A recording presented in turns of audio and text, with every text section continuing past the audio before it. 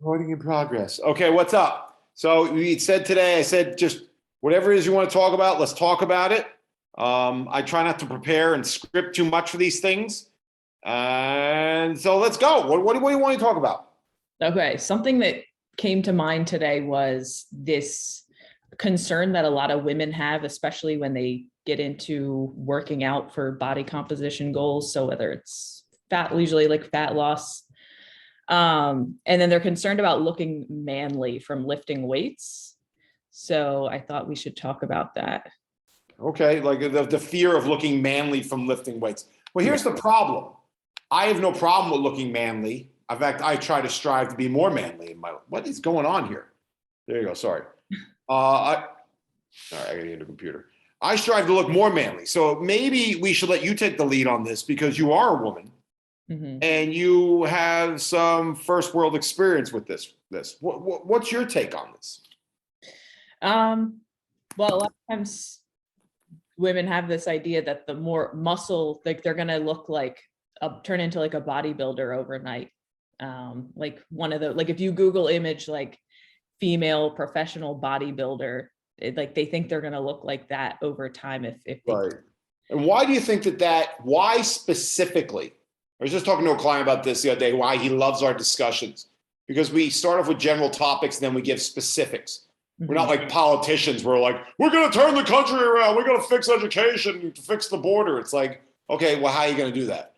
Why specifically is the idea of looking like a female bodybuilder unfounded amongst every single woman who's ever walked the face of the earth? Why is that? Why specifically? Women want to look more feminine. I mean, that's a general statement. Not all women do, but what is it about women that would keep them from looking like that? And what is it that those women are doing that makes them look like that? Steroids. Yeah. Go ahead, please. Yes. Yeah. Women just don't have the levels of testosterone that is required to build that amount of muscle. And they tend, what I've noticed is that a lot of women that do fear bulking up, they tend to gravitate more towards like, they'll do like light arm and ab exercises and maybe some cardio.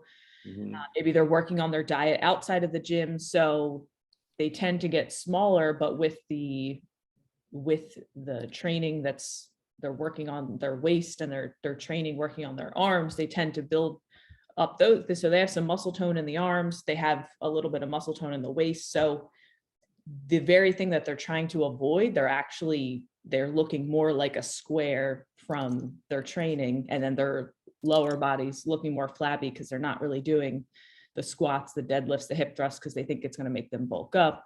So the very thing that they're trying to avoid is what they're actually doing by just sticking to the arm, ab and cardio workouts. Okay. Can I go somewhere a little differently with this? Because I have an answer for this. I'm not trying to be like a devil's advocate, Siskel and Ebert critic guy here. Why do you care? Why do I care? Why does the idea why is not an idea? Why is it that the fact that women are terrified about getting big and bulky from weight training, why does that bother us so much? Why do we care? It's their lives. Let them do whatever they want. What is it? I know there's an answer to this. I'm not trying to be like a misanthropic douche here. Because why do they care so much? They spend so much time being frustrated, and then it's our job to clear this confusion and provide for them the physical changes that they want, but help guide them in achieving these physical changes that they're looking for. And if they stay frustrated and keep doing the stuff that doesn't get them the changes they're looking for, it leaves us frustrated too, because they're unhappy. Have you ever had that mindset? Personally, you like Devin Peterson, you ever had the mindset of, I don't want to get big and bulky and lift weights, I've got to do lots of cardio and not eat? Like, have you ever had that? And can you share your life experience with that and what life was like when you were on what we consider the dark side of fitness? I'm a little dramatic here, but I'm. Shit, ask me a more specific. For example, I've seen pictures of you before, not those kind of pictures, just sickos. I'm talking the toe people. Don't even get into that. The foot people. People apparently are obsessed with Devin. It's funny. Our videos are always from the chest up, and somehow there's a group of men out there obsessed with your feet. I don't get it. It doesn't make any sense. I can see if like we were doing these videos together sitting on a beach in like Maui, right, with our toes in the sand, but whatever. I'll get into that more later. I know for a fact, that was a hypothetical question.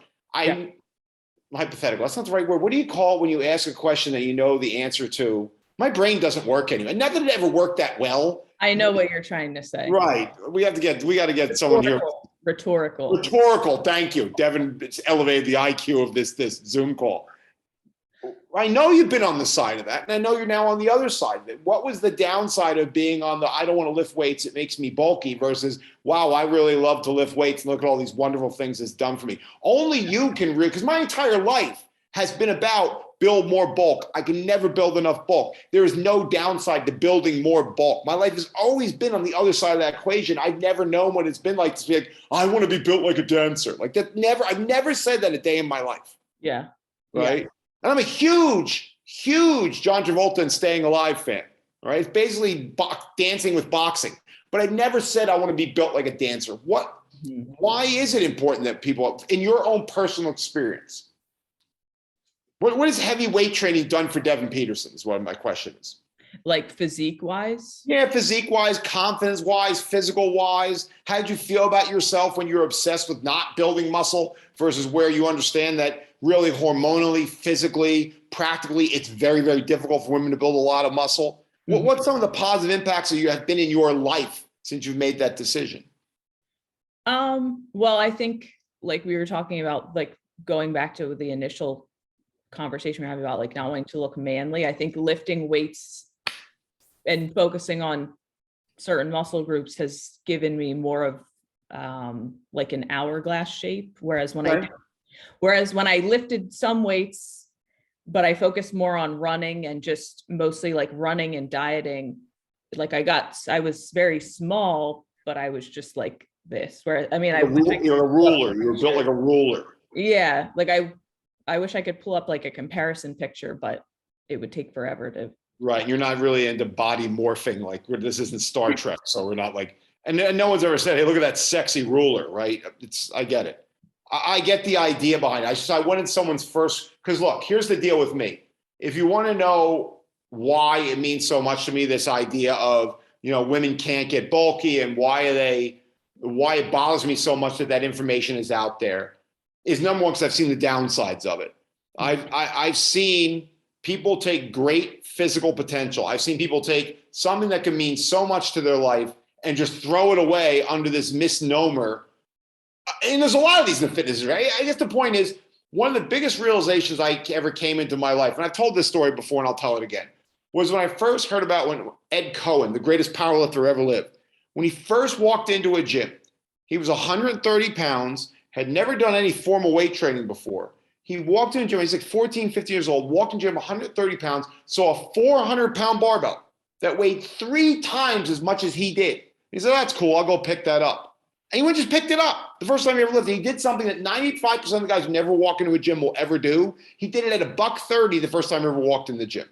Mm-hmm. The guy is like, I think he's like 5'5", 5'6". He has bigger hands than 6'7" tall NFL Hall of Fame lineman. I mean, he's just he's genetically blessed in that area. Once I began to understand the importance of genetics in high performance, it no longer, it didn't do what people would say it did. It didn't become an excuse. It didn't become a reason for me to be lazy. It's like Navin Johnson, what's his name? God, I can't think anymore. Steve Martin in The Jerk, when he found out that weight guessing was all a profit deal. It like took the pressure off. Once you start understanding the power of genetics and how the human body works, it takes a ton of pressure off. Once I knew no matter how hard and how heavy I lifted, I was never going to squat 700 or 800 pounds. My life has been so much better since then. I've been able to take all that energy I put into squatting, which sounds so stupid now. Looking back on it like 15 years later, I'm like, you moron. Like squatting was that big of a deal to you? But it took so much of the pressure off and let me not only focus on other areas of my life, but make the most of the potential that I had and saved my body from doing stupid things in an effort to accomplish something I wasn't going to accomplish in the first place. Yeah. To me, it's all about genetics and potential and making the most of who you are. And when I hear women put themselves into this fictional body, when they understand that women who do want to be huge, that do want to be muscular, that do want to be powerful, have to dedicate their life to it and take tons of drugs in order to do it, have to change their voice, change their throat. I remember one time I was in a gym in Old Bridge, New Jersey, and I was talking to this guy who was a police officer, and he was training with this roided up woman bodybuilder. And I went up to him, and I didn't even see her there, which is because it was huge. It was kind of funny. And I said to him, just so you know, we have a discount at the gym. And I heard someone go, "Could you take your arm off the bar?" And I was like, holy crap. And I looked down, and it was a female bodybuilder, like a big jack female bodybuilder. The things that those women, even the ones who are motivated to be huge, have to do to their bodies and their long-term health to get that big is astounding. And the biggest problem is you're living in a fantasy land at that point, and nothing good. And you'll tell about my passion that I have this problem myself. Nothing good ever comes from living in a fantasy land. And if you as a female believe, now I'm going Helen Norton Thompson here with the knife edge into the palm of the hand. If you believe that simply lifting weights, that doing reps from between 6 to 12 reps and progressive resistance training is going to make you big, you are living, and this is what David Green warned me about this, and John DeHues warned me about this. I get too angry, but I can't help it sometimes. The amygdala starts firing in my brain. If you believe that it's that simple to gain muscle, you are living in a fantasy land, and nothing good will ever come of much of anything that you do, right? You're walking around with a book on how to speak French in your backpack, and you never open it up, and then you go to France one day, and you're pissed off because you're lost and you don't know what to do. That was a horrible analogy, but whatever, you get my point. That's my big issue with this. There is so many wonderful things that weight training offers specifically to women, in terms of bone density, in terms of muscle building, in terms of finally having body confidence, and finally identifying that why certain people are built certain ways and certain people are built other ways has way more to do with their genetic structure than anything. It's saying, I did this rant last week about, this idea behind this whole healthy at any size thing, right? It was never meant to be a third idiotic extreme. Healthy at any size was meant to get us away from the anorexic, chain smoking, bulimic dancer body type that was never thin enough. And the other idiot extreme, the Arnold Schwarzenegger roided out of your mind body type, it was never meant to make a third insane extreme, which is eat whatever you want, however much you want, and it doesn't matter, right? None of those mindsets are living in reality. And I guess that's what gets me all like, now my underwear is all in a bunch, and my heart rate is elevated, and my mouth is dry. But that's how I feel about that topic. You're living in a fantasy land, so knock it off. And start understanding that once you get into this real life, you can start seeing all the awesome benefits of strength training, building muscle, building tone, building function, being harder to kill, having a body you can feel proud of. These are all things that weight training offers us. And you're throwing that all, you're flushing it all down the toilet once you start going into that land of make-believe, and not the good land of make-believe that Mr. Rogers lived in. I'm talking about like the land of make-believe where there's nothing but heartache and misery waiting for you on the other side. Right. Okay. Just so you guys know, I'm not all mentally there, and that's like there's the evidence right there. I literally saw myself when I went on that rant. I was literally floating outside my body, looking down on myself during that moment. Okay, Devin, take over. I got to recover. Yeah, that's a conversation I've had with clients too that have been concerned about getting too bulky. I'm like, if you had the genetics and the body type to build a lot of muscle from lifting weights, you would probably know already before you even start lifting weights. And I've had another client concerned about, she mentioned something about powerlifting. She's like, oh, I don't want to, and this can segue into that whole nother conversation. She's like, I don't want to do powerlifting style training. I don't want to get big and bulky. And what I told her was that the people that tend to gravitate towards powerlifting are short and stocky people to begin with. It's not just the same thing how tall people tend to play basketball, or really thin, more petite people tend to do ballet. So she was concerned about powerlifting. It's like, if you don't have that body type to begin with, you're not going to get big and bulky necessarily just because you lift heavy, bench, squat, and deadlift heavy weight. Absolutely. And that's kind of like a lot of women tend to gravitate towards the maybe like yoga, Pilates, because they think that they're going to get a body that looks like that, when it's like the people that are good at those types of exercises already have that body type to begin with, rather than the other way around. You know, it's interesting. There's a book that you got me as one of your final gifts of The Secret Santa at the gym we both happened to work at. And it was the, what was the book you got me? Remind me again. Atomic Habits. Atomic Habits. And if you can give me a book on reducing memory loss, that would be a nice next gift to get me. And there was one thing in that book, it wasn't a physiology book, but they talked about Michael Phelps. You remember this part in the book? Vaguely. So Michael Phelps, I think, is like 6'4", 6'5", tall guy. Yeah. And then they mentioned this guy who was the world record holder, like in the 1500 meters, and he was 5'9". Guy 5'9", guy 6'4". So we're talking about 7 inches difference between the two of them. Both world-class athletes. 7-inch difference between the guys. They had the same inseam in their pants. All right. So if you don't know what that means, inseam is from like the floor to the groin area of your pant. Their legs are essentially the same length, even though the one guy is 7 inches taller than the other. One's a world-class swimmer, the other's a world-class runner. What does that tell us? There's a lot of factors that go into, to your point, these type of body. Look, no one's going to put Joe Average or Jane Average on TV. So a lot of what they're comparing themselves to are the outliers anyway. Like, people don't understand what average actually means, right? It's like, oh, well, it's better than the standard average American diet. Well, because the average American diet. It's not very good, right? In a country with like, what's our obesity percentage up to, like 35, 40%, whatever the heck it is, right? The average diet of that country is not going to be very good. So comparing your diet to it is not that impressive. Yeah, people are built differently for different things. And when you look at those models that you're being shown, these are people who have been selected from massive groups of people to be self-like. I'll give you an example. There was a guy named Randall Strawson. No one knows who the hell Randall Strawson is. He passed away. But Randall Strawson had told this story about when the Cubans wanted to get good at weightlifting. The Soviet Union, the failed Soviet Union, you know, the corrupt idea of communism. The failed Soviet Union basically had a couple guys go around in a truck, and they drove from sugarcane field to sugarcane field to sugarcane field. And all they had in the back of the truck were a bunch of weights. They took the biggest guys out of the sugarcane field, put the weights on the ground, and had them lift them till they couldn't lift them anymore. They then took the guys who were the strongest guys, said, get in the back of the truck. They took them into the weight room, and a couple Olympic cycles later, they were one of the best weightlifting teams in the country, in the world, right? They didn't change the culture of Cuba. Cuba didn't become a weightlifting country.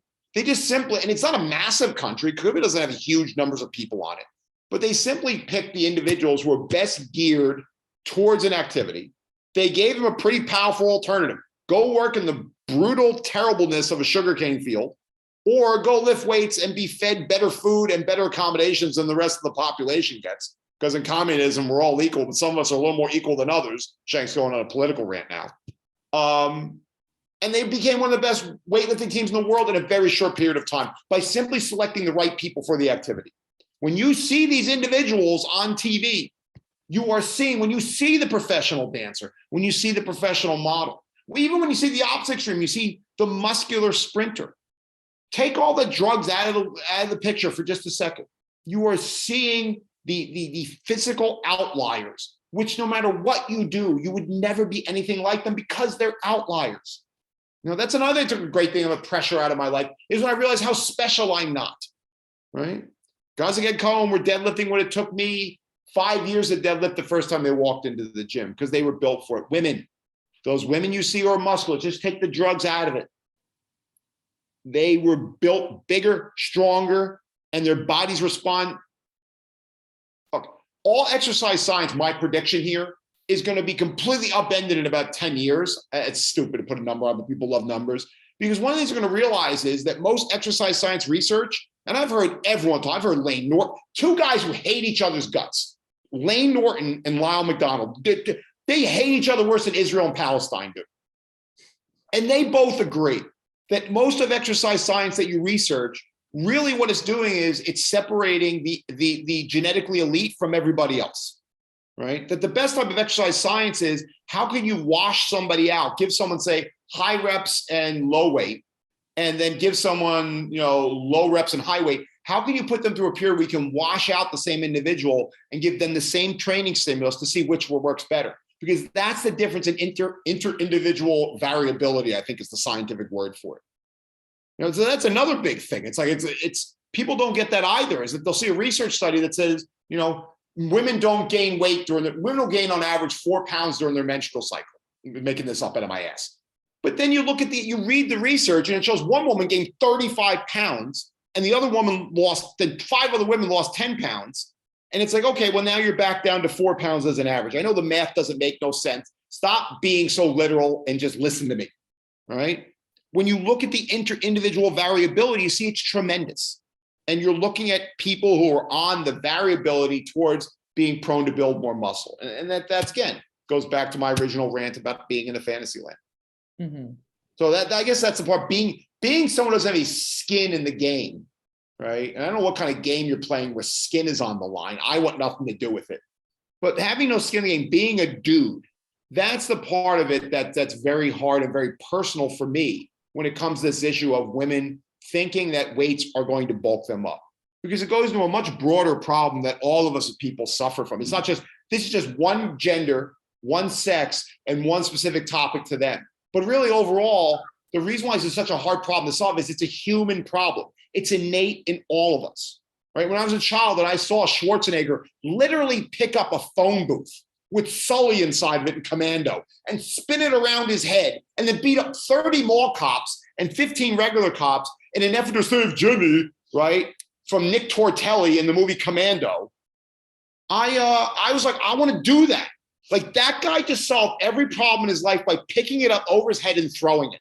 Like, how awesome is that? Wouldn't life be great if you could just lift weights one day, build muscle, not do all the massive amount of drugs that Arnold did, and be able to solve problems by just picking them up? And that's not the way life works, right? And I think about how much of my life I wasted.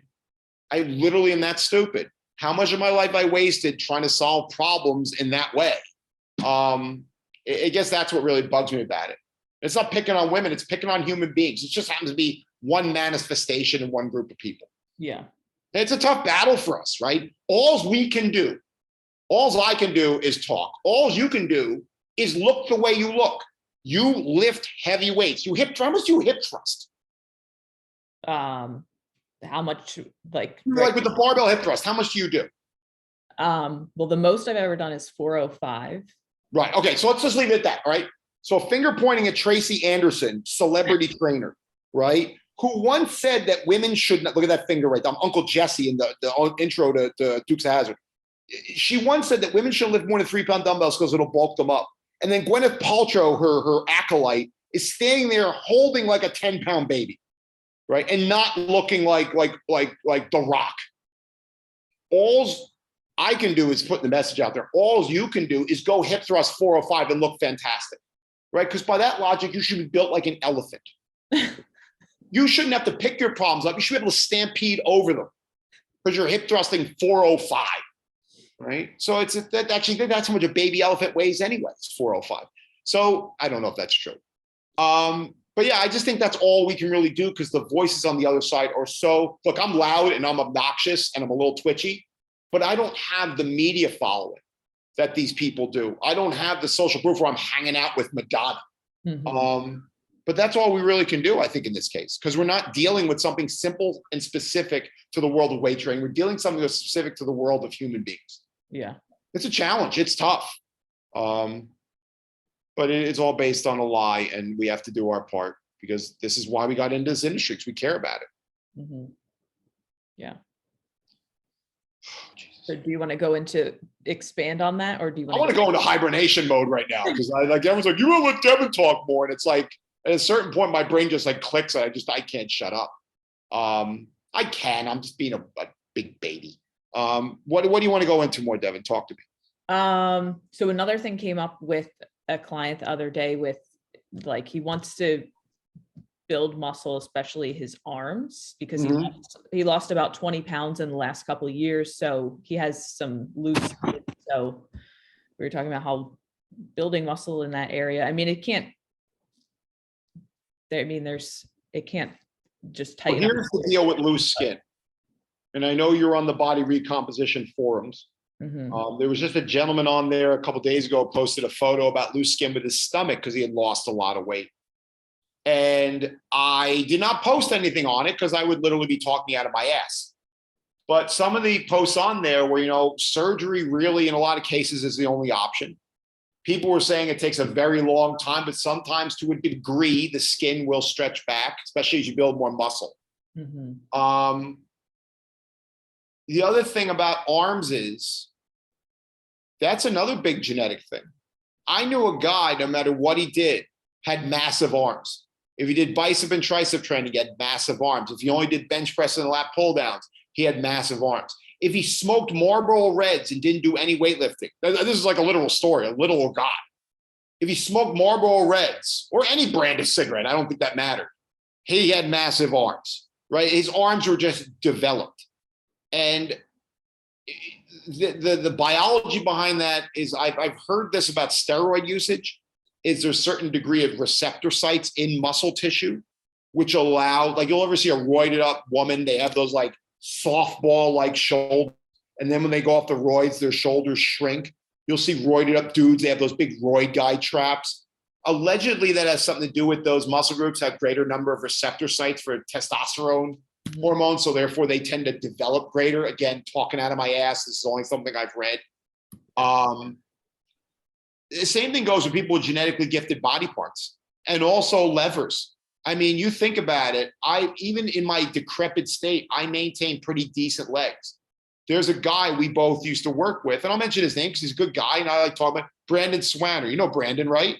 Mhm. Brandon used to work harder on his legs every day than well, that's not true of every day in my life, but I'd say like during the time I knew him, Brandon would work harder on his legs any given workout than I worked on for like 10 years. But because of his body frame, he's a tall, lean guy, right? His legs never appeared as big or as thick as mine did, right? Now, look, I look more like a snowman and he looks like a friggin' what are those, the Spartan warrior that defended Thermopylae against the Persians, right? The guy is like muscular and ripped.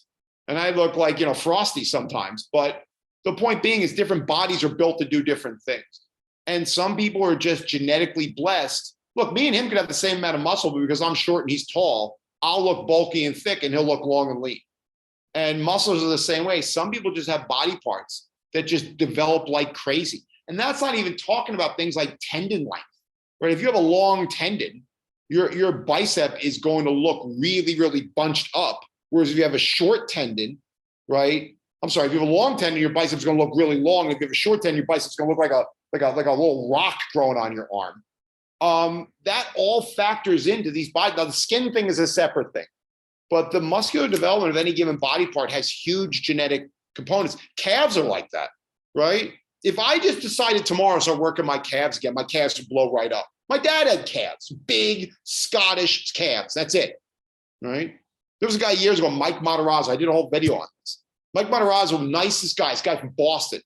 And he did this seminar once in New Jersey that I went to. And someone's like, what do you do for calves? And he's like, nothing. They're too big, right? He had huge calves. And maybe before a show, he'd do like a couple weeks of calves to bring them up. But like, that's the power of genetics with body parts. The only thing you can do is pick, and this again, I'm stealing this from Lyle McDonald, pick exercises that work the targeted muscle, in this case, bicep and triceps.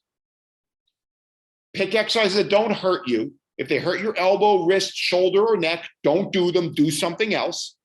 And progressively load them over time, whether that means more reps, more weight, and more reps, more weight and more reps done over a greater or equal range of motion. That's really the secret for that guy. And as far as the skin is concerned, either you're going to wait it out or get surgery. Because again, you'd have to, Devin, one day you should dump me and get a doctor on here and interview a doctor and ask them about that. Because I think that's a problem that a lot of people deal with, especially now that this whole body acceptance thing is starting to kind of jump the shark like Fonzie, right? We're starting to see this now. We're starting to see, I'm not claiming it's going to be a revolution, but there is a bit of a blowback to this idea that, you can be, that any size body is a healthy and a good idea. I'm starting to see some rumblings in the community out there against it. And yeah, you're going to start seeing more and more of this as an issue as people have to deal with it. But I think that's the real lesson in it for him. If I was talking to him, I would say, hey, look, let's find some exercises that work your bicep through this range of motion. If I can put this down, that work your bicep through this range of motion and through this range of motion. Again, simple advice. Let's find things that work those targeted muscles that don't injure you and that we can progress reasonably over time. And we'll see all the results that God. And oh yeah, make sure you have adequate protein in your body. People love specifics. 0.5 to 0.75 grams per pound of body weight for beginners. Once they've talked to their doctor, they know their kidneys aren't going to explode. And then 0.75 to 1 gram per pound of body weight for more advanced or more lean people. And do that consistently over time and understand what's going to come is going to come within about a 3 to 5 year period. 90% of your gains. And again, going back to two guys that don't like each other very much, both Lane Norton and Lyle McDonald have both said this. Within about 3 to 5 years, most people are going to see about 90% of their gains. So if you do those three things and you do them for 3 to 5 years consistently, you're going to get where you're going to get. After that, this sounds horrible. I don't want to be angry. I don't mean mean. I'm talking to a mirror right now. Move on with your life. Get a life. Understand this is the body you have. Everybody's got potential. Not everyone is going to be an Ed Cohen, an Usain Bolt, give me someone else famous. I don't know. Florence, what was Flojo from when I was growing up, right? Not everyone's going to be those people, but everyone has a potential that they can improve upon. Your job, your mission, is to make the most of your ability. And that's how you do it. It's that simple. It's that simple. It's not that easy. Please correct myself. It is that simple. It is not that easy. You've got to follow through consistently on those principles. Right. Yeah. And so that's what we've been working on, the things that you were talking about. And with the protein, he was also concerned that when he increases his protein intake, he's like, I just spent the last 2 years losing this 20 pounds and losing his gut, as he called it. And he's like, I wanted, like, if I increase my protein, am I going to gain weight? Am I going to get my gut back? And so what I was telling him, and this might be a concern for people watching, like thinking about increasing their protein, they think they're going to gain weight, but if you don't increase your total calories and just increase your protein, so that might mean when you increase your protein, you're probably going to have to decrease your portions of carb and fat sources. Right.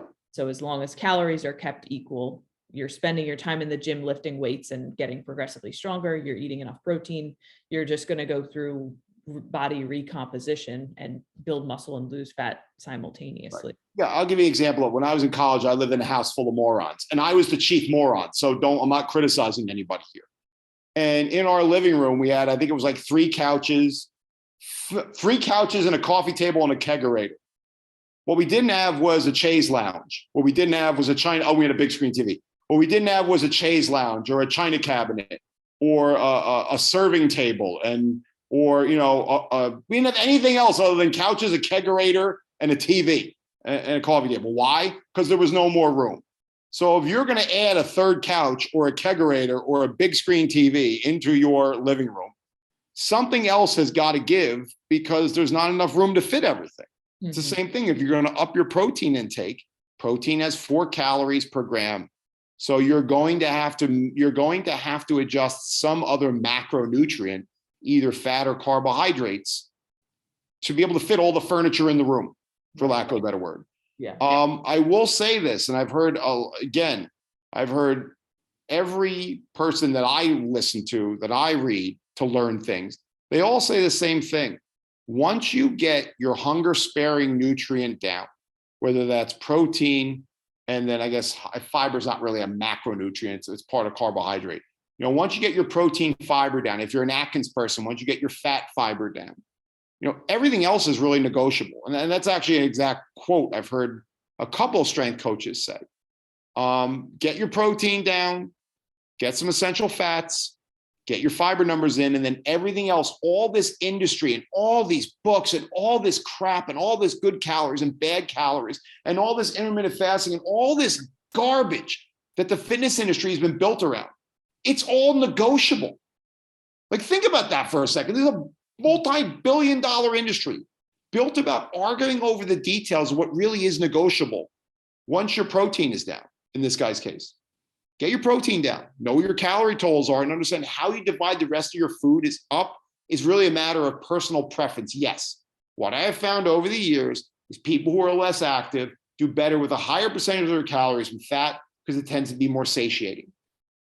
People who tend to be more active tend to do better with a higher percentage of their calories from carbohydrates because they can be active enough to eat enough of them for those to be more satiating. Outside of that, really, it's up to a matter of what works best for the individual. With that little bit of tidbit of information, which may help guide your steps along the way. Mhm. Yeah, I mean, yeah, you'll gain weight. That does happen all the time. I'll tell people to eat more protein, and they gain like 20 pounds. I'm like, well, what happened? He's like, well, I was having a ribeye steak to get more protein in, or I was having a hamburger to get more protein, which happened to have a bun and fries on it, right? Or happen to have a club sandwich with bacon and chips on. It's like, yes, you're getting more protein in, but you're also increasing your overall calorie load. So something's got to give. So his fear is well founded. He's absolutely right. If he just starts slapping a bunch more protein in his diet and doesn't change anything else, say bye-bye to the calorie deficit. Yeah. But if he makes that adjustment, then no, he'll actually be fine. Yeah. I like the furniture analogy. Yeah, that house, you wouldn't like how that house smelled. I'll tell you that much. That house eventually was shut down by the township of Ewing for like 87 health code violations. Oh, wow. Yeah, so that look, it's part of my past. It's it's like, oh, do you want to go back in the past? I'm like, no, it was a time of my life, and let's just not go back. But it's a great analogy because that house had a lot of stuff in it, but of certain types of things. We had a lot of couches. I remember that. And a lot of half-used bottles of ketchup in the refrigerator. It was weird. We had like 4 half-used open bottles of ketchup in the refrigerator. But again, you put a bunch of dudes in a house, what do you think is going to happen? Yeah. Okay, good. I made one good analogy in like 15. How many times? These are like, what, 38 minutes long? We've done like, what, 15 of them?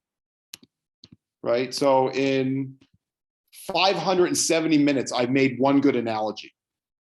That's something to build off of. I'm feeling No, kind you of made a lot of good analogies. well. That's the one that stands out. So excellent. I took a stupid part of my past and turned it into something positive. And I put that all on me. I was an idiot, kind of an idiot now. I was a real idiot back then. So yeah, I'm happy to be where I'm at right now.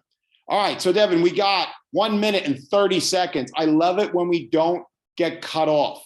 So can you lead us out in the final minute 30? Well, I think we should recap the benefits of strength training. Okay, do it right now. Go, Devin, hit it. So building strength, obviously. Yes. Improving body composition, more muscle, less body fat. No sexy rulers. Yeah, no sexy rulers. That's 2 good analogies in 580 minutes. Look at that. Yeah, having more confidence, being harder to kill, like you like to say. Oh yeah. I mean, there's injury prevention as long as you do it correctly. Being strong is going to help with injury prevention. Mm-hmm. And my answer is just it puts you in reality where we all belong. Yeah. You want to be outside of reality, go to Disney World for a week. Then it's awesome. But outside with giant talking mouse, that's about the only out of reality you need to be in. Yeah. And if you were going to bulk up from lifting weights, you would probably know already before you even start lifting weights. Yeah, because the people don't know what average means. These are outliers, and they are blessed human beings, and that's why we should appreciate them even more. We shouldn't, like Cain, kill our ideals. We should appreciate them for what they are, which is a combination of work and sometimes drugs, but mainly it's God-given ability